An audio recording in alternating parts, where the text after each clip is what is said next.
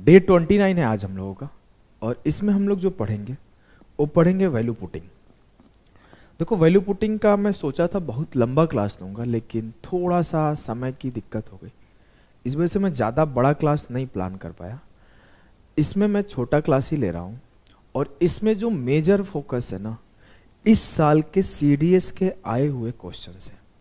Like CDS के जो algebra के क्वेश्चन है, ट्रिग्नोमेट्री के क्वेश्चन है, इवन में ज्योमेट्री के जो मेंसुरेशन के थोड़े से क्वेश्चन होते हैं ना बेसिक वाले, वो सब सवाल है। सारे के सारे मैं फोकस किया हूँ, सब के सब जितने भी सवाल है वो सीडीएस 2023 के सवाल है। और ये जो सवाल थे ना, मतलब ये ऐसे सवाल थे जो देखने में डरावने थे, लेकिन अगर आप इसे कर पाते तो मुश्किल से 30 सेकंड, 35 सेकंड, 15 सेकंड, 20 सेकंड में होने वाले सवाल थे। ये तो नहीं बोलूँगा कि सीडीएस का पेपर इजी था, आप 2 घंटे की जगह 1 घंटे में कर लोगे, लेकिन हाँ ये मैं ज़रूर बोलूँगा भाई कि कुछ सवाल बहुत डिफ़िकल्ट थे, कुछ दिखने में डिफ़िकल्ट थे, और कुछ डुएबल थे इजीली। तो आप उस सेक्शन वाइज बांटोगे। आपको अगर स्किप करने आता है, कौन से सवाल को कैसे करने आता है, आप ऐसे जिद्दी टाइप नहीं हो कि मैं जो सवाल देखा उसे उसी टाइम करूंगा, तो आप सीडीएस को इजीली क्रैक कर जाते सारे सवालों को। सारे बोलना थोड़ा सा डिफिकल्ट है, 100 में 100, लेकिन ना मैक्सिमम सवालों को आप क्रैक कर जाते पेपर में। मैं आपको और दिखा दूं सवालों को, ये सारे लेकर आया हूं, चलो मैं करेंगे तो देख ही लेंगे।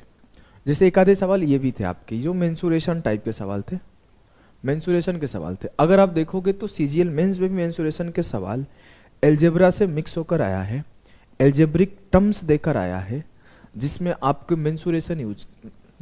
मेंसुरेशन के कॉन्सेप्ट यूज है।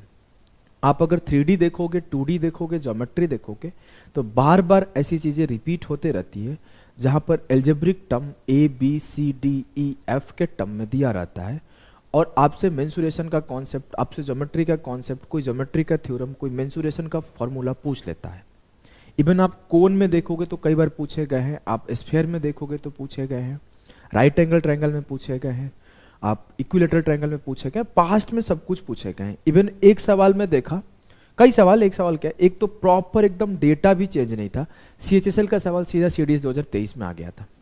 अगर आपको याद हो, शायद वो सवाल रखा हूं कि नहीं रखा हूं, मुझे ध्यान नहीं, मैं ये वाला सवाल था, शायद आपको ध्यान हो कि x sine theta minus y cos theta, अगर आप जाके पढ़ोगे तो मिल जाएगा, और x साइन क्यूब थीटा जाके आप देखो, CHSL 2020 का सवाल भी y कॉस क्यूब थीटा बराबर sine theta into cos theta. ये सेम सवाल आपके सीडीएस में आया है, और सेम सवाल आपके जाके देखो CHSL 2020 में आया है। इवन डेटा भी चेंज नहीं है। तो जो बच्चा पढ़ रहा है, जो अपना ध्यान इधर उधर रख रहा है, सारे सवालों को देख रहा है, वो कर ले जाएगा। जो सिर्फ हवा में उड़ रहा है, जो बातों में बातें एकदम सुन रहा है, इधर उधर की बातें बना रहा है, तो बातों से ना बातें बनती है भाई, सवाल नहीं बनता। सवाल बनाने के लिए पढ़ना पड़ता है, चीजों को सीखना पड़ता है।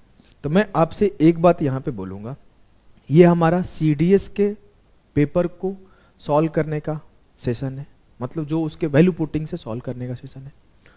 अगर मैं बोलूं तो आपके 2 सवाल, 5 सवाल या 4 सवाल थे, 6 सवाल थे ट्रिग्नोमेट्री के, जिसमें एक था a प्लस बी बराबर 90 डिग्री पर, और एक जो लिखा CHSL वाला सवाल, और 4 सवाल आप देखते ही 5-5, 6-6 सेकंड में सॉल्व कर लोगे। मैं आपके सामने लेकर आया हूं, 6 में से 4-5 सवाल तो ऐसे देखते ही सॉल्व कर लोगे 1 से 1.5 मिनट में।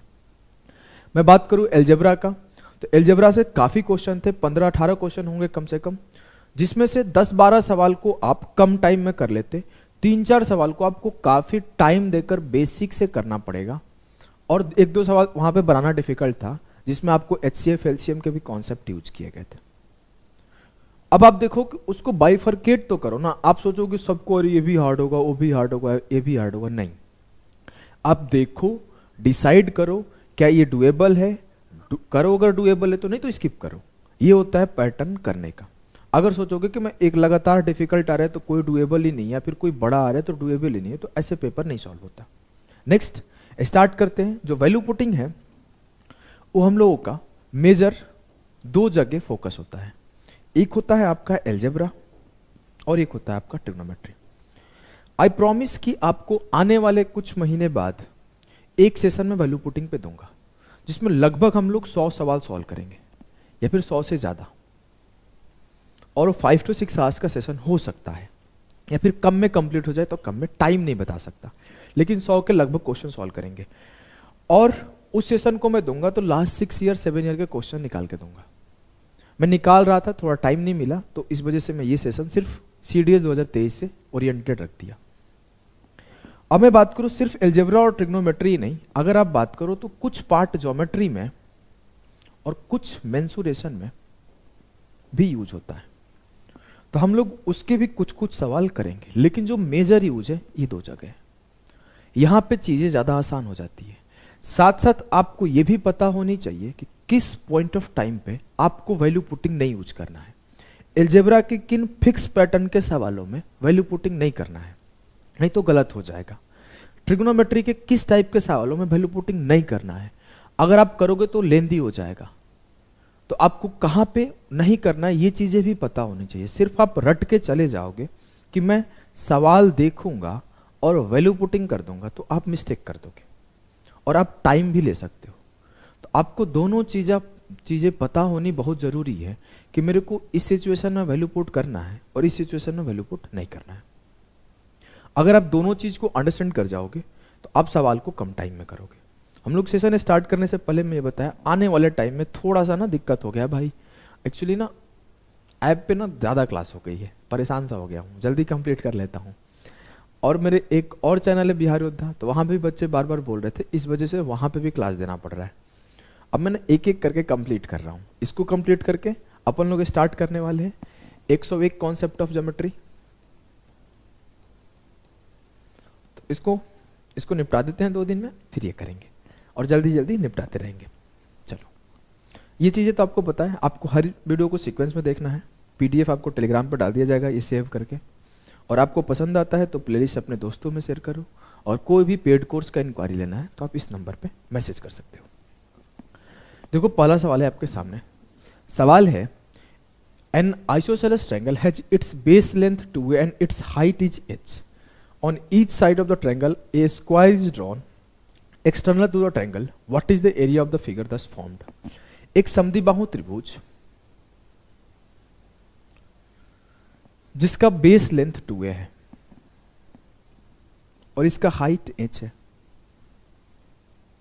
आपको पता है ना कि जो हाइट होता है यही मीडियन होता है, यही आपका एंगल बाइसेक्टर होता है, यही आपका साइड बाइसेक्टर होता है। मतलब इसी लाइन पर चारों के चारों जितने भी हमारे पॉइंट होते हैं, सरकम सेंटर, इन सेंटर, सेंट्रोइड और ऑर्थो सेंटर लाई करते हैं। तो ये आपको पता होना चाहिए कि आपको 2 इक्वल भाग में डिवाइड करता है जब ये आइसोसेलेस ट्रायंगल होता है। तो मतलब ये साइड भी A है और ये साइड भी A, ये तो देखते ही पता हो जानी चाहिए, ये बेसिक सी बात है।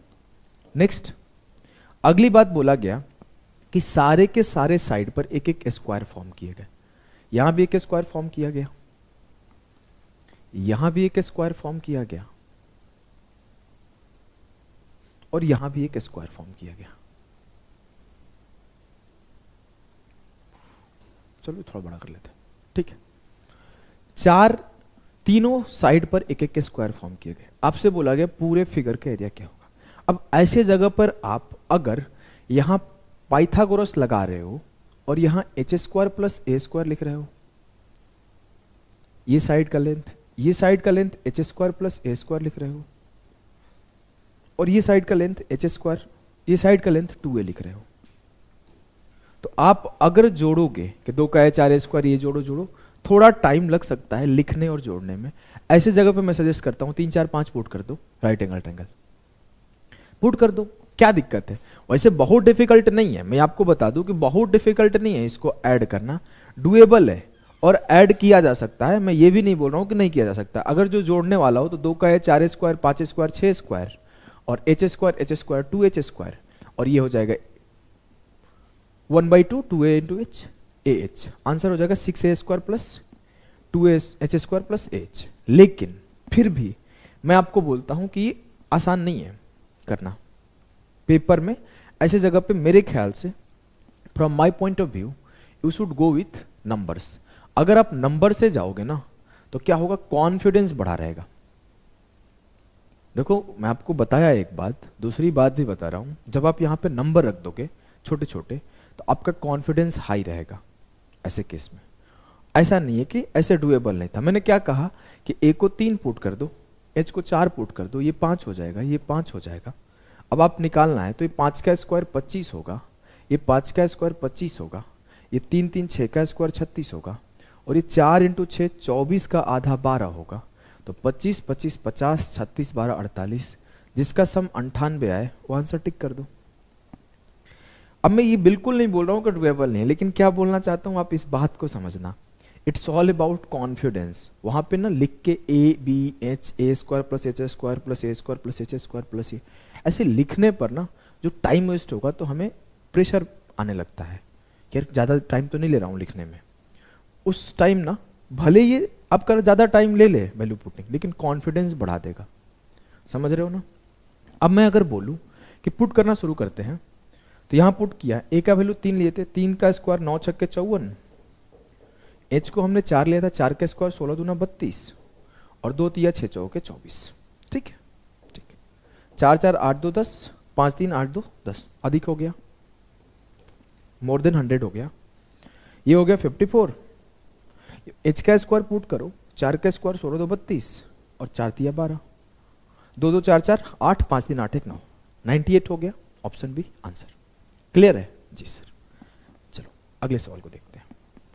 अगला सवाल है आपका कि if A B and C are the sides of a right angle triangle where A is greater than B is greater than C, then what is the value of the expression A plus B plus C, A plus B minus C, A minus B plus C, A minus B minus C. ऐसे सवाल में क्या करोगे? मेरे ख्याल से सीधा सीधा जाओ आप। कैसे? Value putting. क्यों ही करना आपको भाई, आप खुद ही बताओ ना। अरे होगा ही नहीं अगर आप करने चले गए कि इससे इसको मल्टीप्लाई कर देता हूं, उससे इसको मल्टीप्लाई कर देता हूं। खुद सोचो कितना टाइम लगेगा। मुझे पता है कि A B C right angle triangle का साइड है, 3 4 5 ले लेते हैं। जल्दीबाजी में ये काम मत करना कि 3 4 5 ऐसे ले लिया। एक कंडीशन था, उस कंडीशन को फुलफिल करा देना। वो कंडीशन क्या है कि ए ग्रेटर देन है बी, बी ग्रेटर देन है सी। तो मैं ए को 5, बी को 4, सी को 3 ले लेता हूं। ठीक है, ठीक है। मैंने ए को 5, बी को 4 और सी को 3 ले लिया। पुट करते हैं, 5 4 9 3 12, 5 4 9 से 3 गया 6, 5 से 4 गया 1 3 4, 5 से 4 गया 1, 1 से 3 गया -2।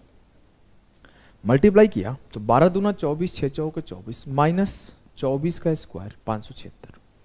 पुट करते हैं, ये तो होगा नहीं आंसर। कोई बोला कैसे सर? मेरे को नेगेटिव 576 चाहिए। तो ये पॉजिटिव है, इसे चेक नहीं करना है। हम लोग इसे चेक करते हैं, बी स्क्वायर सी स्क्वायर को। तो मेरे को पता है कि बी जो है मेरा वो 4 है और सी जो है मेरा 3 है। 4 का स्क्वायर 16, 3 का स्क्वायर 9, 16 9 144 गुणे 4, आंसर हो गया ऑप्शन बी। वैसे ए वाला चेक करने का कोई फायदा नहीं होता। मैं आपको एक बात बताऊं, मैं तो देख के समझ गया था कि बी ही होगा, फिर भी मैं आपको बताता हूं। मैंने पुट करके बताया, रीजन बताऊं। ए जो है ना, ए में 5 है, और 5 कभी भी कोई इवन नंबर से मल्टीप्लाई होगा तो 0 दे देगा एंड में। तो इसे चेक करने का कोई वैल्यू मतलब बनता नहीं था, क्योंकि 5 चौका 20 हो जाता, 5 दूना 10 हो जाता, और यहां पे मेरे को 576 चाहिए। क्लियर है? Yes sir. इजीली डुएबल था अगर आप अप्लाई कर पाते हो तो, फिर नहीं तो फंस जाओगे। और कभी भी जब भी आपके पास राइट एंगल ट्रायंगल या फिर ट्रिग्नोमेट्री का कोई भी कॉन्सेप्ट फंसा रहा है, you should go with 3 4 5. 3 4 5 is the first basic ratio, basic triplet. अगर आप ट्रिपलेट की क्लास नहीं देखे हो तो आई थिंक डे 12 या डे 30 अपना ट्रिपलेट था, जाके उसे देखो, उसमें काफी सारे यूजेस और भी बताया हूं मैं। Next, trigonometry. जब भी आप ट्रिग्नोमेट्रिक सवालों में वैल्यू पुटिंग करो तो आप कभी भी वैल्यू पुट करो तो कुछ चीजों का ध्यान रखा करो। लाइक कोई अनडिफाइंड फॉर्म ना बने। अनडिफाइंड फॉर्म क्या होता है? तो वैसे तो 7 अनडिफाइंड फॉर्म होते हैं, लेकिन हमारे पास 7 का यूज नहीं होता। हम लोग एसएससी का तैयारी करते हैं तो हम लोग 2-3 चीज़ों का ध्यान रखते हैं। पहला चीज, कभी बेस में 0 ना बने, मतलब डिनोमिनेटर 0 ना हो। डिनोमिनेटर 0 होता है तो इनफाइनाइट बनने लगता है, अनडिफाइंड फॉर्म बनने लगता है। क्लियर है? यस। नेक्स्ट, हम लोग के जो मैथमेटिकल ऑपरेशंस होते हैं ना, mathematical operation is a chapter in class 11 जो मैथमेटिकल ऑपरेशन होता है उसको फुलफिल करे, जो भी कंडीशन है उसको फुलफिल करे। अगर मैं ऐसे बोल दूं कि a प्लस बी का होल स्क्वायर बराबर है A square plus B square के, ध्यान से देखना, अगर कोई उस पर बोले नहीं नहीं है, मैं बोला है, जबरदस्ती करा दूं क्या, b बराबर 0 a बराबर 1, मैं बोला 1 बराबर 1, देखो तो सेटिस्फाई कर गया। तो ये मैथमेटिकल ऑपरेशंस को फुलफिल नहीं कर रहा है, जो जनरल फॉर्मूला है उसको ये सेटिस्फाई नहीं कर रहा है, ये जबरदस्ती हम लोग करा रहे हैं अपने हिसाब से, है ना। और भी चीजें होती, कई बार मैं अभी आपके सामने प्रूफ करके 1 बराबर 2 ला दूं, तो ये पॉसिबल नहीं है। तो हमारे सारे पॉसिबल कंडीशन को फुलफिल करना चाहिए। एज आई प्रॉमिस्ड कि मैं आने वाले टाइम पे जब क्लास दूंगा ना, अगर लंबा सा, उसमें मैंने एकदम एक एक कंडीशन पर एक एक क्वेश्चन रखते जाऊंगा, 2-2 क्वेश्चन रखते जाऊंगा, कैसे वो फेल हो रहा है, कैसे क्या हो रहा है, तो आप ज्यादा रिलेट कर पाओगे। वैसे मैं आपको जब भी ट्रिग्नोमेट्री के में वैल्यू पुट करूं तो आप 2-3 चीजों का ध्यान रखो। पहला, कोशिश करो कि उसके ऑप्शंस इंटीजर हो, नोट डाउन कर सकते हो सारे पॉइंट को। देखो ऑप्शन इंटीजर है, जी हाँ सर, ऑप्शन इंटीजर है तो पहले आप श्योर हो जाओ कि हाँ value putting his the best option. Next, अगर आप देख रहे हो कि साइन के टर्म ज्यादा है, sine cos sine cos sine cos, try to go with 0 and 90। अगर नहीं सेटिस्फाई होता है 0 एंड 90, तब जाके आप किसी और वैल्यू को पुट करो। अगर आपके उसमें साइन भी है, कॉस भी है, टेन भी है, सेक भी है, कॉट भी है, कॉसिक भी है, अगर सारे टर्म्स एक साथ है तो try to go with 45 degree. अगर नहीं सेटिस्फाई होते तब जाके आपको 30-60 ट्राई करना है। और जब आपको टेन सेक कॉस ये सब होते हैं ना, तो आपको ध्यान रखना है कि 0 और 90 से नहीं जाना है, नहीं तो आप गलती कर जाओगे। उसके कंडीशन होते हैं किस कंडीशन में चले जाना है, लेकिन कोशिश करो जाओ ही ना। कंडीशन नहीं आता है तो कोई बात नहीं, है ना। अब मैं अगर बात करूं नेक्स्ट चीज को, कि आप ये छोटी छोटी बात, अगर इंटीजर है तो आप श्योर हो जाओ इसको तो मैंने वैल्यू पुटिंग से ही करनी, और कैसे नहीं करना, और कोई तरीका सोचना ही नहीं है, इंटीजर है तो। अब मैं अगर आपको इंटीजर से कराऊं, देखो इंटीजर मतलब इंटीजर है तो मैं वैल्यू पुटिंग से कराऊं। मैं क्या बोला, साइन हो कॉस हो तो 0 90 कोई भी पुट करो। जब आप साइन थीटा के 0 पुट करोगे, साइन 0 0 होता है, कॉस 1 होता है, याद है ना, नहीं याद है क्या, कि जो साइन 0 डिग्री होता है वो 0 होता है, और साइन 90 डिग्री होता है वो 1 होता है, और ये कॉस 90 के बराबर होता है, और ये कॉस 0 के बराबर होता है। जी सर, तो आप कोई एक पुट करोगे, जैसे साइन के पार्ट को 0 पुट करोगे कॉस 1 हो जाएगा, और कॉस को 0 पुट करोगे तो साइन 1 हो जाएगा। या तो थीटा 0 रख दो या थीटा 90 रख दो। अब मैंने क्या बोला कि भैया अपन एक को 0 एक को 1 रख रहे हैं, तो मैंने कॉस को 0 ले लिया, खत्म हो गया कॉस अपने जिंदगी से। अब साइन को उठाते हैं, 3 into 1 to the power 4 1, 6 into 1 का स्क्वायर 6, 4 इंटू 1, 6 3 9 4 13। क्लियर है। तो आपको किन बातों का ध्यान रखना है, फर्स्ट ऑप्शंस इंटीजर हो तो बेस्ट है कि ऑप्शन मतलब वैल्यू पुटिंग से जाओ। उसके बाद वैल्यू पुट करते टाइम ध्यान रखना है कि अनडिफाइंड फॉर्म ना बने, ठीक है। चलो देखो यहां पे भी साइन कॉस ही है, ये पेपर का भी, ये भी आपका जो ये वाला पार्ट है ना, अगर मैं बात करूं सीडीएस में, तो ये सवाल आपके सीजीएल में आ चुका है अलग से एक पार्ट में। यहाँ पे 2 सवालों को मिला दिया है, लेकिन ये पर्टिकुलर सवाल का बात करूं, एक सिंगल सवाल आपके एसएससी में आया हुआ है। अब आपको दिखाऊं कि ये वैल्यू पुट करना है। मैं कॉस को 0 साइन को 1 करता हूं, तो ये 1 हो गया, ये 1 हो गया, 1/1, ये 0 हो गया, तो 1 बराबर 1 सेटिस्फाइड। साइन को 0 कॉस को 1, इसको कुछ भी पुट कर लो, साइन को ही 1 कर लेते हैं, तो 1 - 1 0 हो गया, और इधर पूरा 0 हो गया, 0 बराबर 0, ये भी सेटिस्फाइड। 1 और 2 दोनों सेटिस्फाइड। नहीं समझ में आया क्या, फिर से एक बार समझा दूं, समझा देता हूं, आ जाओ। मैंने क्या करा कि साइन को 1 और कॉस को 0 रख दिया, साइन थीटा को 1 और कॉस को 0 रख दिया, इट मीन्स मैंने थीटा को 90 रख दिया है।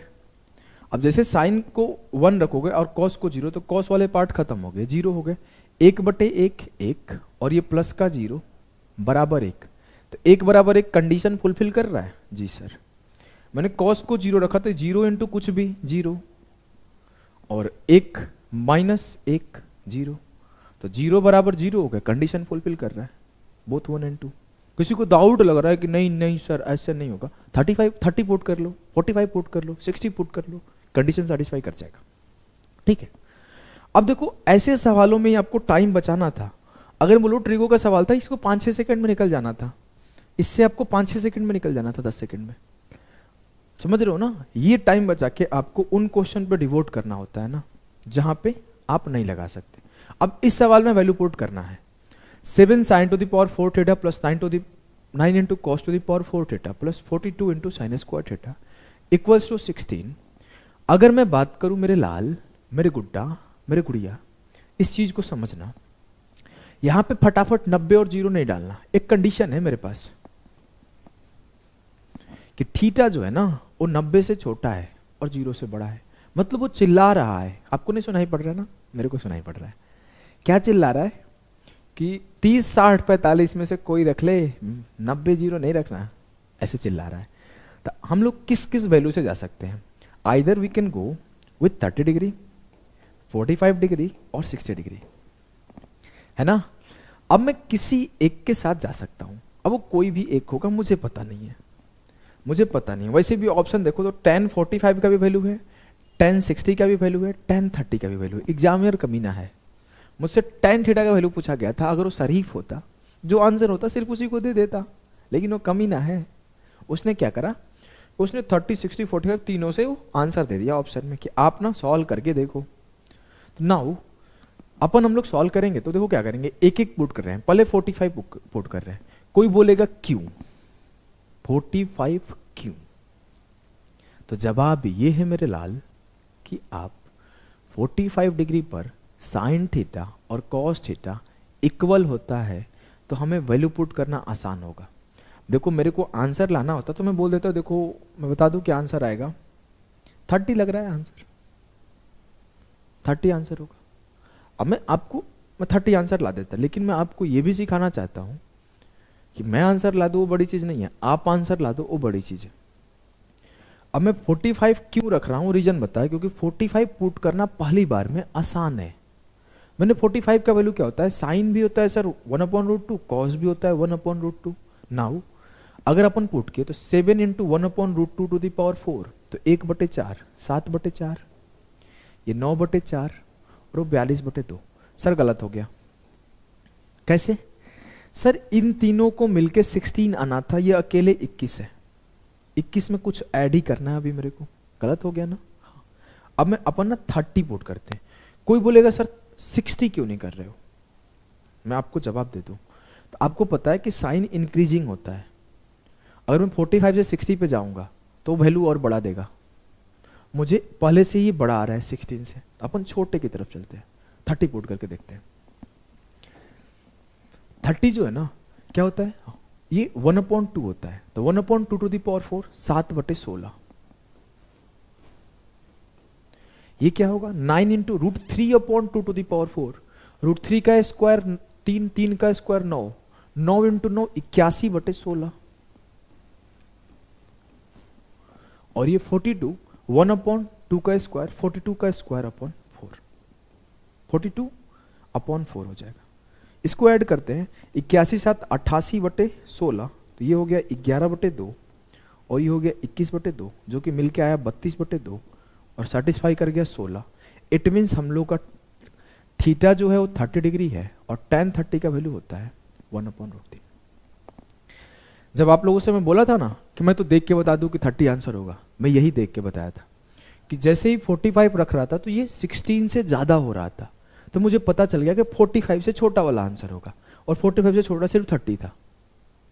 तो ये चीजें मैं बताया कि क्यों फेल हो रहा है। मैं आंसर टिक करना, मतलब आंसर टिक करना तो बहुत ईजी है भाई, है कि नहीं, आपके सामने है। लेकिन ये अंडरस्टैंड करना कि कैसे आया, क्यों हुआ, क्यों नहीं गए, क्यों गए, ये डिफिकल्ट है ना? तो आपने इस चीज को ध्यान रखना है कि आप क्यों कोई चीज कर रहे हो। रैंडम करोगे, रटोगे तो पेपर वाले दिन फंसोगे। रटो मत, वैल्यू पुटिंग में भी आप इस चीज को समझो कि क्यों यहां पे क्या कर रहे हो, अदरवाइज नहीं दिक्कत हो जाएगा। आंसर टिक करना, मेरे को बोर्ड पे खड़ा होकर ना मजाक बना देना क्वेश्चन के लिए बहुत छोटी चीज है। रीजन, मैं रट के भी तो आ सकता हूं सॉल्यूशन, रट के भी तो आ सकता हूं सॉल्यूशन। मैं सारे सवाल का आंसर सामने लिख के रख सकता हूं इधर कॉपी पे, लेकिन आपको थोड़ी एग्जाम हॉल में कॉपी पे आंसर लिख के मिलेगा, मेरे को तो मिल जाएगा। आप मेरे को कैमरा तक ही देखते हो, 1 आवर की क्लासें देखते हो। इस बात को समझो, आपको पेपर सॉल्व करना है, मेरा काम हो गया है, अब आपको सॉल्व करने सीखना पड़ेगा। नाउ अब मैं इस सवाल को देखूं तो बोला गया what is the value of sine theta plus cos theta if theta satisfies the equation cot square theta minus √3 plus 1 cot theta plus √3 बराबर 0। अब देखो इस सवाल को देखते आंसर टिक करना है। थीटा जो है ना 0 से 45 के बीच में है, 0 से 45 के बीच में सिर्फ एक ही एंगल है 30 डिग्री। 30 डिग्री पुट करके देख लो, 30 डिग्री पुट करके देख लो। थीटा 30 रखता हूं तो कॉट 30 होता है √3, तो √3 का स्क्वायर 3, √3 इंटू √3 3, √3 इंटू 1 √3 और प्लस √3। √3 से √3 खत्म, 3 से 3 खत्म, 0 बराबर 0। मतलब क्या होगा, साइन 30 प्लस कॉस 30 का वैल्यू बताना है। तो साइन 30 1/2, कॉस 30 √3/2, तो √3 plus 1/2 will be the correct answer of this question. Clear है? यस सर, बहुत आराम से आप कर पा रहे हो। चलिए अगले सवाल को करना। देखो यहां से एलजेब्रा स्टार्ट होता है। एलजेब्रा में और ट्रिग्नोमेट्री में थोड़ी बहुत चेंजेस होती है वैल्यू पुटिंग में। Trigonometry maximum formula based put होता है तो फिक्स रहता है, और कुछ एंगल बेस्ड पुट होता है। और यहाँ पे अलग अलग टाइप के कॉन्सेप्ट बनते हैं, कभी सिमेट्रिसिटी बनता है, कभी डिग्री पे भी बनता है। तो उस केसेस में कैसे कब पुट करना है, बहुत सारे कंडीशन हो जाते हैं। जैसे एक कंडीशन तो हमेशा फिक्स रहता है कि अगर जो वेरिएबल है वो ज्यादा है इक्वेशन से, तो then you can put any number to the extra variables. You can put any numbers to the extra variable. But you can put any number में ऐसा नहीं कि मैं एक को पुट कर दूंगा sir 2 to the power 2 into 3 to the power 7 variable को, नहीं। अब आपसे बोला गया you can put any number to the variable, तो you should go with the minimum number.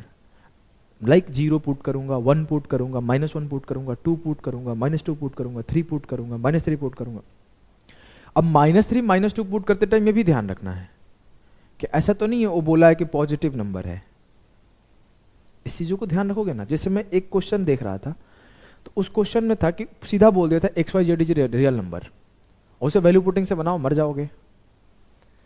अब वहां पे कोई कुछ भी रख रहा है, मान लो बोल दिया कि XYZ is a natural number और आप वहां पे 0 पुट कर रहे हो, तो नेचुरल नंबर तो 0 है नहीं, तो सेटिस्फाई नहीं करेगा। तो आपको ना कंडीशन ध्यान रखना होता है। मान लो मैं लिख दिया XYZ belongs to natural number, condition देके, जैसे यहां पर भी मैं पुट नहीं कर रहा हूं, अभी आपको सिखा रहा हूं कि आप वैसे जगह पे पुट कर दोगे जहां पे कंडीशन नहीं सेटिस्फाई करेगा तो आपसे नहीं हो पाएगा। क्लियर है? Yes sir. अगर आपको ये बात तो पता है ना वेरिएबल और इक्वेशन क्या होता है। मैं अगर लिख दूं x, मैं लिख दूं y, मैं लिख दूं x² + 5, तो ये सब वेरिएबल है, इक्वेशन नहीं है। इसका मतलब ये नहीं कि x² + 5 लिखा तो इक्वेशन हो गया। इक्वेशन तभी होता है जब उसमें इक्वल का चिन्ह है। इक्वल का देखो, मैं अगर ऐसे लिख दूं कि x² + 3 = 0, या फिर x² + 5x = 3, तो ये इक्वेशन होगा और ये इक्वेशन होगा। लेकिन ये इक्वेशन नहीं है। जिसमें इक्वेट होगा दो चीजें तभी जाके इक्वेशन बनता है। अब आपको देखना है, और वेरिएबल क्या है, कोई भी रैंडम ABC XYZ कुछ भी लिखा है वो सारे वेरिएबल है। अब मैं यहां पे बात करूं कि कितने यहां पे इक्वेशन है। सर 1 2 3 इक्वेशन है, 3 बार इक्वेट किया गया है। 1 2 3 वेरिएबल कितने हैं सर? P है, A है, B है, C है, Q है, R है। P है, Q है, R है, A है, B है, C है। 3 इक्वेशन है, 6 वेरिएबल है। It means I can put 3 variables to any number. कुछ भी पुट कर लेंगे भाई, कर लेंगे ना जी सर। तो मैं बोला ना कि ABC को ना 0 पुट, ABC तीनों को 0 नहीं पुट करते ना, क्या करते ना कि B को 0 पहले एक एक को करके पुट करेंगे, C को 0 पुट करते हैं। जब मैंने C को 0 पुट किया तो मेरा कोइंसिडेंटली R भी 0 हो गया। अब आपको ये भी तो ध्यान रखना है 0/0 कहीं ना बने, सारे ऑप्शन जीरो ना हो जाए। अभी आपको धीरे धीरे सीखते जाओगे, छोटी छोटी पॉइंट बताऊंगा मैं। लाइक अगला है, मैं बोला बी को जीरो पुट कर दो। अब जैसे मैंने बी को जीरो पुट किया तो क्यू भी जीरो हो गया। अब उसी में कोई उधर से बोलेगा सर ए को भी जीरो पुट कर दो, तो पी भी जीरो हो जाएगा, तो गलत हो जाएगा ना। तो वो वैसे प्रूफ करने वाले लोग मिलेंगे कि ए प्लस बी का whole square, A plus B का होल स्क्वायर, ऐसे भी कुछ लोग प्रूफ कर देंगे। A square plus B square plus 2ab कैसे होगा बताओ। तो इसमें कोई वैल्यू पुटिंग वाला आएगा, बोलेगा दोनों तरफ जीरो से मल्टीप्लाई करो, तो जीरो बराबर zero, right hand side equals to left hand side, proof हो गया। तो ऐसा प्रूफ नहीं करना है ना, इस छोटी छोटी बातों को ध्यान रखना है, बहुत सिंपल सी बात है। अब मेरे पास 3 को कुछ भी पुट कर सकता हूं और ऑलरेडी 4 मेरे जीरो हो गए, तो मेरे को क्या पता चला कि ये भी जीरो हो गया। अगर मैं जैसे ही बी और सी को जीरो पुट किया हूं, देखो ये बी और सी जीरो है, तो minus A into minus A square हो गया, तो ए स्क्वायर बटे ए स्क्वायर, पी बराबर हो गया 1, और ए को मैंने कुछ पुट नहीं करा है। अब अगर मैं जाऊं सवाल को देखने, तो मुझसे पूछा गया P plus Q plus R का होल स्क्वायर बताया जाए। पी 1 है, जीरो है, आर और क्यू है जीरो, तो 1 प्लस जीरो प्लस जीरो, 1 का स्क्वायर 1।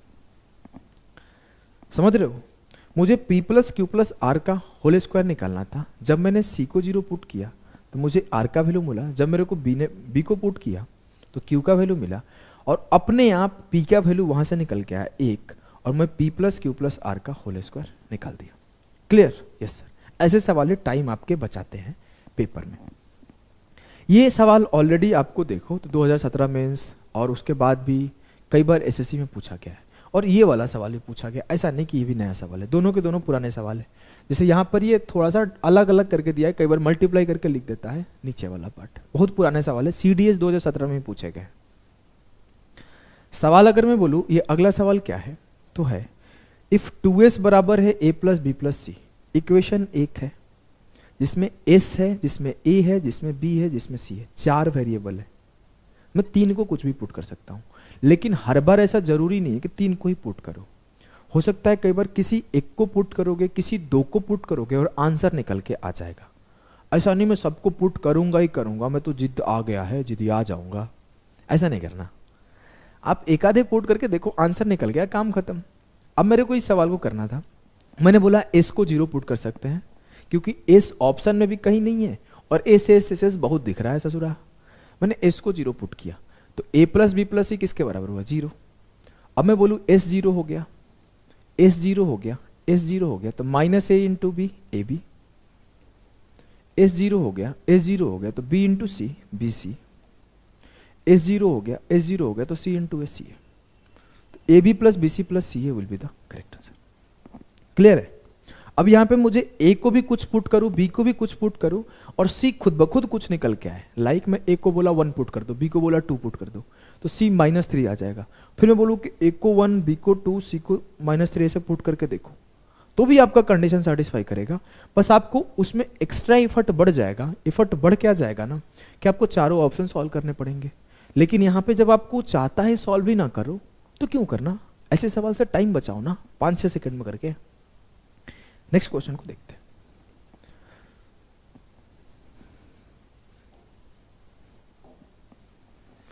सवाल है which of the following is a factor of a square minus B square minus C square plus 2bc plus ab a plus B minus C.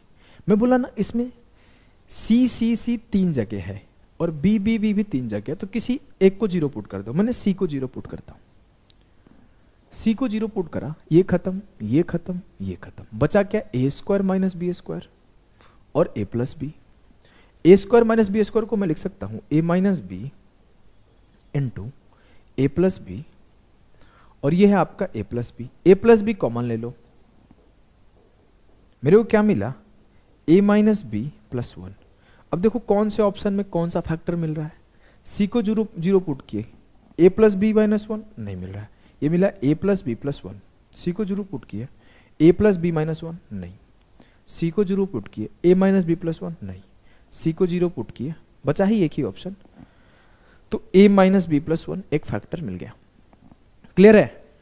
Clear है? Yes sir, एकदम clear है, हमें कोई दिक्कत नहीं है। कोई भी दुख, कोई भी दर्द, कोई भी पीड़ा परेशानी नहीं है। थोड़ा पानी पी लेता हूं। समझ गए? एकदम। आगे बढ़ते हैं। तो मेरे लाल, अगला सवाल है आपका सीडीएस का आया हुआ, सॉल्व करने का कोशिश करिए। देखो ये सवाल है आपका कि X square minus Y square minus Z square minus 2yz, इतना सारा झमेला नहीं पढ़ सकते। अच्छा ये बताओ एक्स को जीरो कर दे? नहीं सर। क्यों? ए और सी दोनों जीरो हो जाएगा ऑप्शन। अच्छा ठीक है चलो छोड़ा। जेड को जीरो कर दे? जेड करते हैं जीरो, जेड को करते हैं। जेड को जीरो करूंगा तो ये ऑप्शन भी डिफरेंट है, ये ऑप्शन भी डिफरेंट है, ये ऑप्शन भी डिफरेंट है। ऑप्शन पे ज्यादा इंपैक्ट नहीं पड़ रहा है। तो मैंने जेड को जीरो करा। मैं जेड को जीरो करूं, zero zero zero zero, x square minus Y square upon x square minus Y square, ये एक हो गया। मैंने जेड को जीरो करा, जीरो जीरो जीरो। अगर मैं वहां देखूं वाई को भी जीरो पुट कर दे, क्या कर देते हैं ना वाई को जीरो। वाई को जीरो करूंगा तो ये भी जीरो हो जाएगा, ये भी जीरो हो जाएगा। ऑप्शन अच्छा ना, एक काम करता हूं, मैं वाई को जीरो पुट करता हूं। देखो ध्यान से, वाई को जीरो पुट करा और मेरा आंसर जीरो आ गया, तो मेरे को ये पता चल जाएगा ये दोनों आंसर नहीं होंगे, इस दोनों में से कोई होंगे। उसके बाद हम लोग क्या करेंगे, एक्स को जीरो पुट कर लेंगे तो आंसर निकल जाएगा।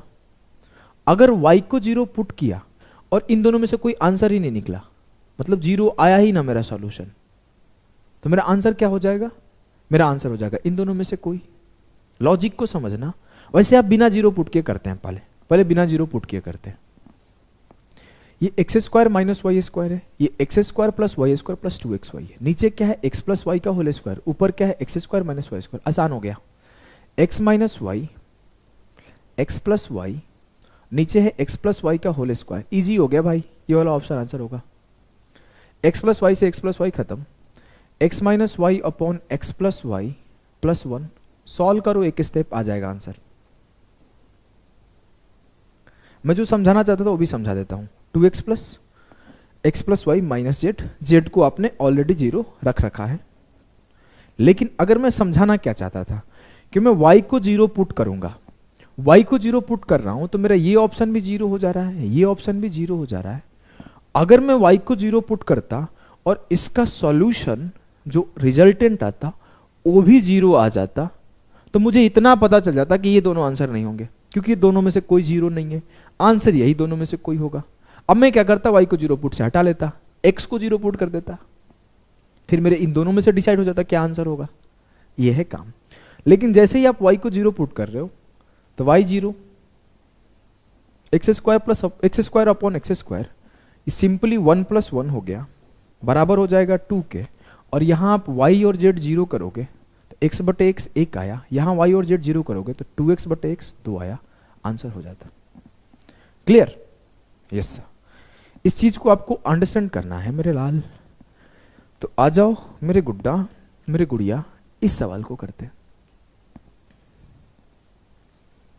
आपके लगभग 12-13 सवाल होंगे अलजेब्रा के, जिसमें से मैंने बोला ना 2-3 सवाल 4 सवाल ऐसे थे जिसमें कंडीशन एकदम क्लियर लिखा था, उसमें वैल्यू पुट नहीं कर सकते, कंडीशन लिखा था। तो आप वैसे जगह पे वैल्यू पुट नहीं लगा सकते, तो उसे बेसिक से करो। मैं कहां बोल रहा हूं सारे सवाल आपको कम टाइम में करने हैं, मैं कभी नहीं बोलता। मैं ये बोलता हूं कि अगर आपके पेपर में 25 सवाल आ रहे हैं तो 3 टाइप के सवाल आते हैं, एक इजी आता है, एक मॉडरेट आता है, एक हार्ड आता है। मैं बोलता हूं इसे आपको लेस देन 30 सेकंड में करना है, लेस देन 30 सेकंड में, 15 सेकंड, 20 सेकंड, 25 सेकंड। इसे आपको 1 मिनट के अराउंड में करना है, 45 सेकंड, 50 सेकंड, 55 सेकंड, 1 मिनट। अब इन दोनों को कम टाइम में करोगे तो 3-4 सवाल तो ये होते हैं हार्ड, इससे ज्यादा नहीं होते। इस पे आप 2 मिनट भी टाइम दे दो, 3 मिनट भी टाइम दे दो तो अफोर्ड कर पाओगे। अब लेकिन आप यहीं पे आपने 1 मिनट वेस्ट कर दिया तो यहां पे आप टाइम नहीं दे पाओगे और ओवरऑल पेपर आपके लिए डिफिकल्ट हो जाएगा। तो मैं ये बोलता हूं क्या जो मेरे लिए इजी या फिर कोई और एस्पिरेंट के लिए इजी सवाल है, आपके लिए हार्ड तो नहीं है ना? आपके लिए वो भी इजी सवाल लग रहा है। कोई एस्पिरेंट के लिए जो हार्ड है वो आपको इजी लग रहा है तो अच्छी बात है। इजी वाले आपको हार्ड नहीं लगने चाहिए, समझ रहे हो ना? अब जैसे ये सब सवाल आने पर ना फंस रहे थे लोग, इस वजह से मैंने देखा तो 2-3-4 सवाल आपके अलजेब्रा के होंगे जो वैल्यू पुटिंग से नहीं होंगे, और मैक्सिमम सवाल वैल्यू पुटिंग से हो रहे हैं। अगर मैं बोलूं ए स्क्वायर माइनस बी सी बराबर अल्फा है, बी स्क्वायर माइनस ए सी बराबर बीटा है, सी स्क्वायर माइनस ए बी बराबर गामा है। नाउ मेरे से बोला गया कि ए इंटू अल्फा, अच्छा ये सुनो, 1 2 3 इक्वेशन है, alpha beta gamma a B c 6 variable है। मैं अपने मन से 3 के साथ कुछ भी कर सकता हूं। चलो स्टार्ट करते हैं। पहले बोला कि सी को 0 पुट कर दो, सी को 0 पुट करता हूं तो कोई गड़बड़ हो रहा है क्या? चलो बी को भी 0 पुट करता हूं, कोई इशू नहीं हो रहा है। जब सी और बी दोनों को 0 पुट कर रहा हूं तो जो अल्फा है मेरा वो ए स्क्वायर के बराबर हो रहा है। अच्छा मैं ए को भी 0 पुट कर दूंगा तो क्या होगा? 0/0 बन जाएगा। मैं अगर ए को 0 पुट करूंगा तो 0/0 हो जाएगा। देखो, क्योंकि मान लो ये भी 0 हो गया, ये भी 0 हो गया, ये भी 0 हो गया, ये भी 0 हो गया, अब ये 0 होगा तो 0/0 बन जाएगा। तो ए को 0 नहीं पुट करो, अल्फा बराबर ए स्क्वायर रखो, ए को 1 2 3 पुट करना, नहीं तो होल्ड करो। बीटा बराबर 0 0, क्योंकि बी और सी 0 है तो बीटा आपका 0 हो गया। और आपका गामा, ये भी 0 ये भी 0, तो आपका जो गामा है ना वो भी 0 हो गया।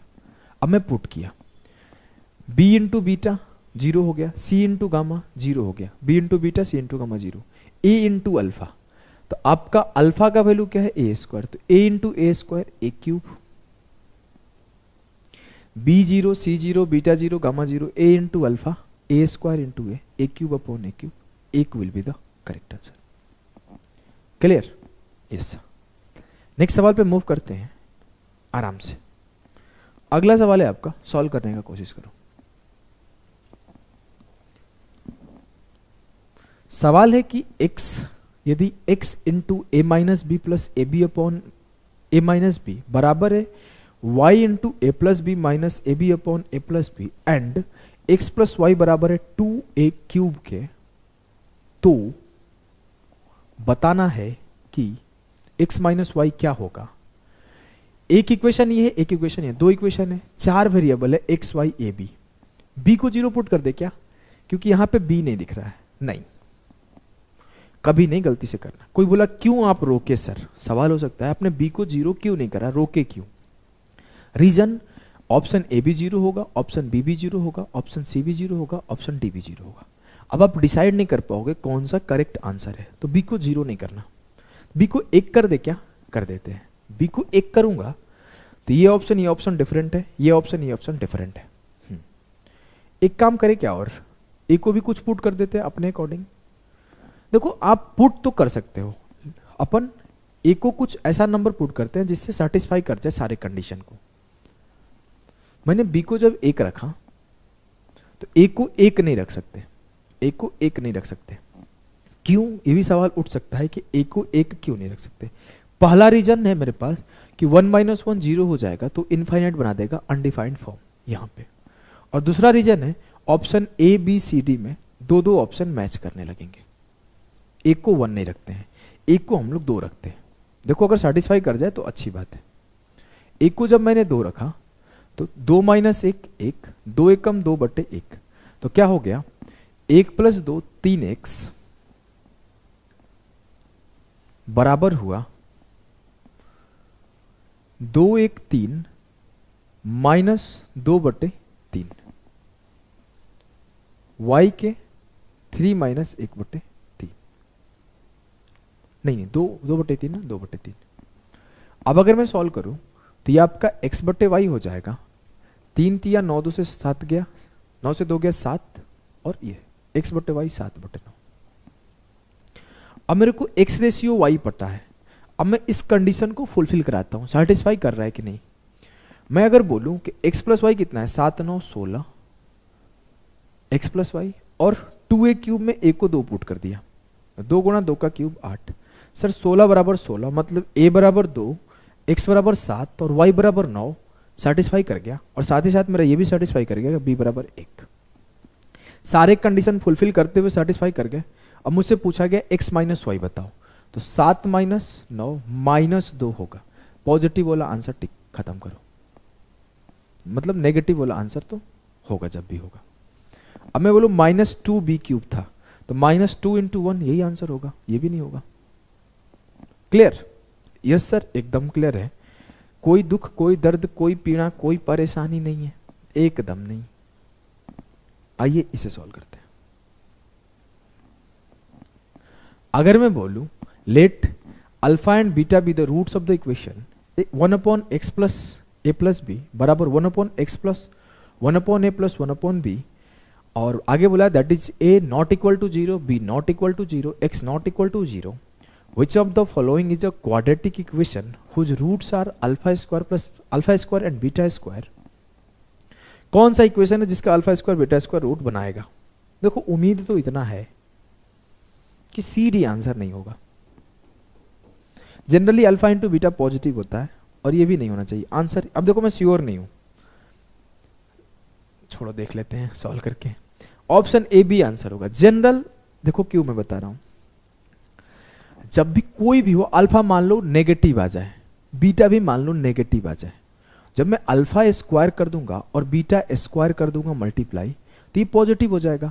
तो ये दोनों तो पॉसिबल नहीं है ना भाई, क्योंकि आपका कोई भी अगर जो जिसका रूट्स α² β² होगा उसका क्या होगा equation? x² minus α² plus β² into x plus α² into β²। यही इक्वेशन तो यही होगा ना जी सर।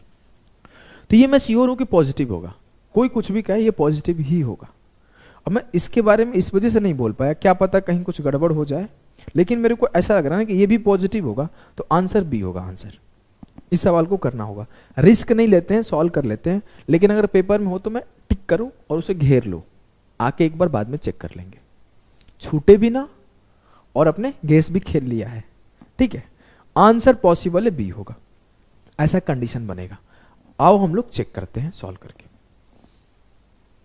देखो एक काम करते हैं ना, ए और बी का वैल्यू पुट कर देते हैं, ए और बी को 1 1 पुट कर देते हैं। चलो ये लिखा था तो रहने दो इसको, ए और बी को 1 1 पुट कर देते हैं। 0 क्यों नहीं किया, सीधे लिखा है ए नॉट इक्वल टू 0 इसलिए, और 0 करोगे तो अनडिफाइंड फॉर्म हो जाएगा। तो 1 1 किया मैं, तो क्या होगा नीचे 1/x + 2 बराबर 1/x + 2। सॉल्व करते हैं, बहुत आसान है सॉल्व करना। x को इधर ले आओ, x - 2/2 इंटू x²। चलो इसको 2 बचा लेते हैं, ऐसे कर लेते हैं काम, x² प्लस 2x बराबर 2। x से x खत्म, 2 से 2 खत्म, x² प्लस 2x, और ये इधर -1 होगा तो +1 हो जाएगा बराबर 0। x के दो x + 1 का होल स्क्वायर है, तो जो हमारे दोनों रूट हो गए -1 हो गए। नहीं समझ में आया, चलो समझाता हूं।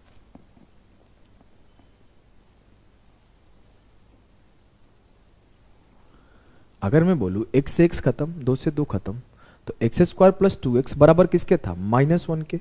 1 को इधर लाया तो x² प्लस 2x प्लस 1 बराबर है 0। तो x प्लस 1 का होल स्क्वायर बराबर 0, तो x बराबर क्या आया? -1। और साथ साथ एक कंडीशन और दे गया कि जो दोनों रूट है वो इक्वल है, a और b इक्वल है, अल्फा और बीटा इक्वल है, क्योंकि x plus 1 into x plus 1 हो रहा है। मतलब a भी 1 है, अल्फा भी 1 है, बीटा भी 1 है। अल्फा और बीटा दोनों 1 है, तो अल्फा स्क्वायर क्या होगा? 1, और बीटा स्क्वायर क्या होगा? 1। तो 1 + 1 2, तो x² माइनस 2x प्लस 1। ये प्लस नहीं होगा, वही तो बता रहा था, नेगेटिव पॉजिटिव देख लो। देखो ये पॉजिटिव हो रहा है और ये भी पॉजिटिव हो रहा है, यहाँ का साइन फिक्स है। वही इक्वेशन लिखा था ना थोड़ी देर पहले कि जो इक्वेशन होगा कुछ ही होगा। यहाँ x है, तो इस दोनों का सम 2 आया, इधर का मल्टीप्लाई 1 आया। ठीक है, चलो इस सवाल को करते हैं।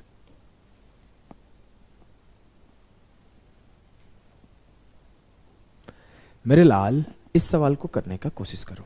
सवाल क्या है? Consider the following for the next 2 items that follows. अगले 2 आइटमों के लिए निम्नलिखित पर विचार करें। लेट p बराबर x⁴ minus y² z², q बराबर y⁴ माइनस z² x²। कर लो थोड़ा एक दो खुद से भी, बहुत देख लिए। r = z⁴ minus x² y²। मतलब कुछ लोगों तो ऐसे देखते हैं, मूवी टाइप देख जाते हैं क्लास को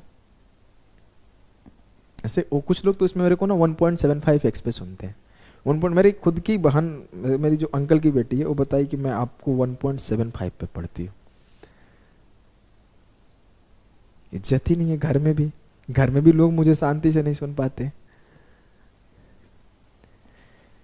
अब इधर क्या करना है, देखो पी क्यू आर है, एक्स वाई जेड है, 6 इक्वेशन है, 3 वेरिएबल, सॉरी 3 इक्वेशन है, 6 वेरिएबल है।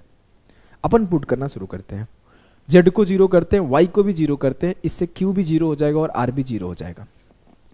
जेड को 0 किए, वाई को भी 0 किए, जब y इंटू जेड 0 हो गया तो p बराबर आ गया x to the power 4, p बराबर आ गया x to the power 4, q बराबर 0 आ गया कंप्लीट, और r बराबर 0 आ गया कंप्लीट।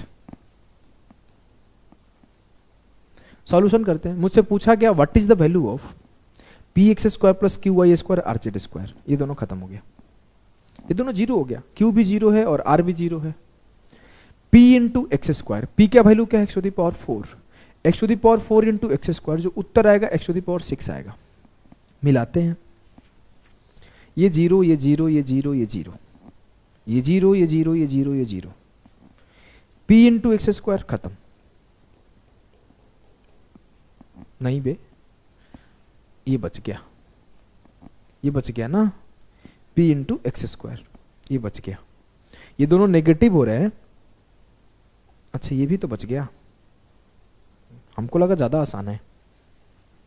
देखो आप ध्यान से, q और r 0 होगा तो minus p into minus x square P x square, p into x square P x square, p into x square x square. गड़बड़ हो गया है ना, कोई बात नहीं। अपन एक काम करेंगे, मुझे एक चीज तो पता चला ना कि ऑप्शन बी नहीं होगा, मुझे एक चीज तो पता चल गया कि ऑप्शन बी नहीं होगा। हाँ, अपन एक काम करते हैं, काम क्या करते हैं ना, इस बार हम लोग ना ये काम करते हैं कि y और z को 0 ना पुट करके x और y को 0 पुट कर देते हैं। चलो, जब मैंने x और y को 0 पुट करा तो क्या होगा, कहानी बदल जाएगा। कहानी ये होगा कि अब p बराबर 0 ले लेंगे। जैसे ही मैंने x और y को 0 पुट किया तो p बराबर 0 हो गया और मेरा q बराबर भी 0 हो गया। अब जो मेरा r है ना वो z टू दी पावर 4 है। अब मैं सॉल्व करता हूं, मैंने p को 0 और q को 0 कर दिया, answer r into Z square आना चाहिए। चलो चेक करते हैं कहां पे आ रहा है, ये ऑप्शन ट्राई नहीं करना हो तो खत्म हो गया। r इंटू जेड स्क्वायर आ रहा है, hold, r into Z square आ रहा है, hold, r into Z square आ रहा है, ये भी होल्ड। भैया दिक्कत हो गया। चलो अगले ट्राई करते हैं ना, इस बार x और y को किए थे, इस बार ना क्या करते हैं x और z को 0 कर देते हैं। जब मैंने x को और z को 0 किया तो p 0 आ गया, जी सर। q आपका y टू द पावर 4 आ गया, जी सर। और r जो आएगा ना x और z 0 करने पर 0 हो जाएगा। अब मैंने ना एक काम करना है कि मैं जब p और r को 0 रख रहा हूं तो क्या होगा, अब मेरा क्या होगा, ये होगा p खत्म r खत्म, q y स्क्वायर कहां बन रहा है, q इंटू वाई स्क्वायर बन रहा है, ठीक है ठीक है। q इंटू वाई स्क्वायर नहीं बन रहा है, q इंटू वाई स्क्वायर नहीं बन रहा, ऑप्शन है। देखिए ना, बेनिफिट आपको समझ में आ गया, बेनिफिट आपको समझ में आया कि नहीं आया। अब यहां पे अपने अकॉर्डिंग काम करना था। कुछ लोग बोलेंगे नहीं मेरे को ऐसे नहीं खेलना, कोई बात नहीं, x को 1 y को 2 z को 3 पुट कर दो। 1 1 1 पुट नहीं करना, 1 1 1 इसलिए नहीं पुट करना कि p बराबर 0, q बराबर 0, r बराबर 0 हो जाएगा तो 0 0 0 हो जाएगा, तो आंसर सारे 0 हो जाएंगे, इसलिए 1 1 1 नहीं पुट करना। 1 2 3 पुट कर दो, जैसे आप x को 1 y को 2 और z को -1 पुट कर दो, एक एक वैल्यू निकल के आ जाएगा। p का वैल्यू ये है, q का वैल्यू ये है, r का वैल्यू ये है, और x का 1 रख लिए, y का 2 रख लिए, z का -1 रख लिए, सबके 6 के 6 वैल्यू आ जाएंगे, सब पे सेटिस्फाई करा लेना। एक तरीका वो भी है। क्लियर? यस। इस सवाल को करो। सवाल ये है कि सेम सवाल है, अच्छा यहां अलग पूछा है। अपन वही काम करेंगे, एक बार x को 0 एक बार y को 0 पुट करेंगे। जब x और y को 0 पुट किए तो p बराबर 0 हो गया, q बराबर क्या हो गया, 0 हो गया, और r बराबर क्या हो गया, z टू दी पावर 4 हो गया। मैंने क्या किया, अच्छा हम लोग ना p को पुट कर देते। देखो आसान है यार, 0 आंसर आएगा इसका, ये ज्यादा आसान हो गया। मैं दिखाता हूं, देखो हमने इस कंडीशन को फुलफिल किया था, जब मैंने z को 0 और y को 0 पुट किया तो q और r 0 आ गए थे ना। हाँ अब देखो, मैंने z को और r को 0 पुट किया था, ये खत्म, ये खत्म, ये क्या होगा x square into p, p x to the power 4, और सर जो एक्स टू दी पावर 4 था वो तो p के बराबर था, तो p into p, P square हो गया, और पी स्क्वायर से पी स्क्वायर को घटा दो, 0 आ गया। होल्ड, मैंने पहला जो वैल्यू पुटिंग किया था कि z को 0 y को 0 पुट करने पर मेरा जो आया था q 0 आया था, r 0 आया था, p x to the power 4 आया था।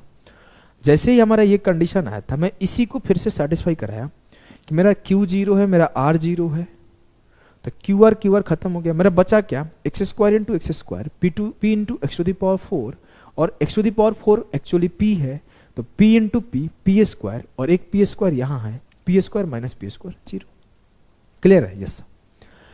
ऑलमोस्ट सवाल आपके वैल्यू पुटिंग से सॉल्व हो गए सीडीएस के।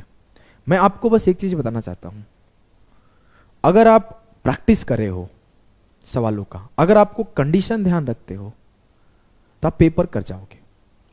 अगर आप सिर्फ हवा में ऊपर ऊपर की चीजें सिर्फ रट्टा मारे हो तो गलती होगा, नहीं बनेगा, कुछ कंफ्यूजन होगा, डर सा लगेगा, कॉन्फिडेंस नहीं करोगे फील।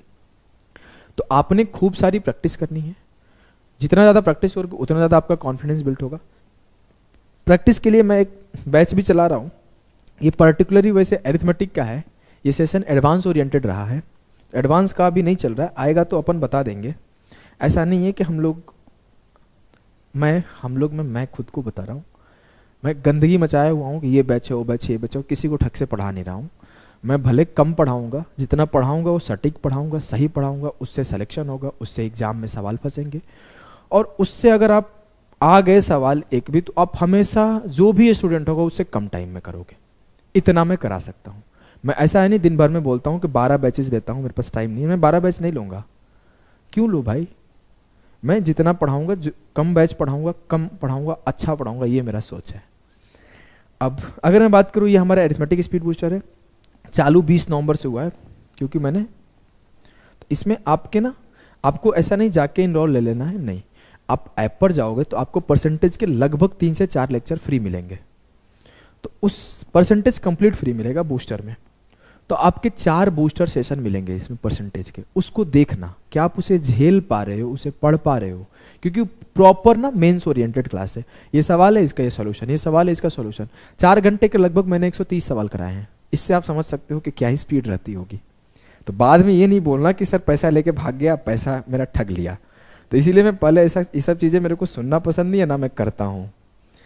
तो आप पहले से पढ़ना और फिर आप पे करना। 501 रुपये फी है, क्योंकि आप सोचो 4 घंटे में मैंने 130 क्वेश्चन कराया, 4.5 घंटे होंगे, तो मेरी क्या ही स्पीड रही होगी। क्या आपको स्पीड मैनेज कर पा रहे हो? क्योंकि आने वाले सेशन उसी तरीके से होंगे। अगर आपने गलती से पैसा पे कर दिया तो आपके पैसा वेस्ट हो जाएंगे, आप मत लेना एडमिशन। तो आप पहले पढ़ना, समझना, अगर आपके लिए हो, हेल्पफुल हो, तो फिर इनरोल करके पूरा पढ़ना। और नेक्स्ट अगर लगता है कि नहीं मेरे को बेसिक वीक है, मेरा बेसिक सेशन मेरे को चाहिए, तो आप इस पे भी परसेंटेज मैंने फ्री कर रखा है, इसमें तो परसेंटेज फ्री कर रखा है, तो आप इसके परसेंटेज जाके देखना, लगे कि हेल्पफुल है तो इनरोल कर लेना, ठीक है। और ऐसे रैंडम नहीं जाके पढ़ के एडमिशन लेना है, ठीक है। व्हाट्सएप कर लेना भाई। तो मिलते हैं हम लोग अगले सेशन में। Day 30 is the most important session, मतलब अभी तक का सबसे इंपॉर्टेंट सेशन डे 30 होगा। और डे 30 पे मैंने काफ़ी मेहनत किया है, समझ जाओ मैंने जितने साल पढ़ाई करा है एसएससी का और जितने दिन पढ़ाया है, उन दोनों को एक्सपीरियंस मिला के डे 30 बना रहा हूँ। तो आप पढ़ोगे तो आपको पता चलेगा कि जो एग्जाम में सबसे ज़्यादा हेल्प करेगा डे 30 आपको हेल्प करेगा। अभी तक हेल्प कर रहा था, ऐसा नहीं कि कोई भी सेशन ऐसा है कि हेल्पफुल नहीं है, लेकिन डे 30 ज़्यादा हेल्पफुल होगा। तो मिलते हैं डे 30 में 1 से 2 दिन बाद। अभी के लिए बाय बाय।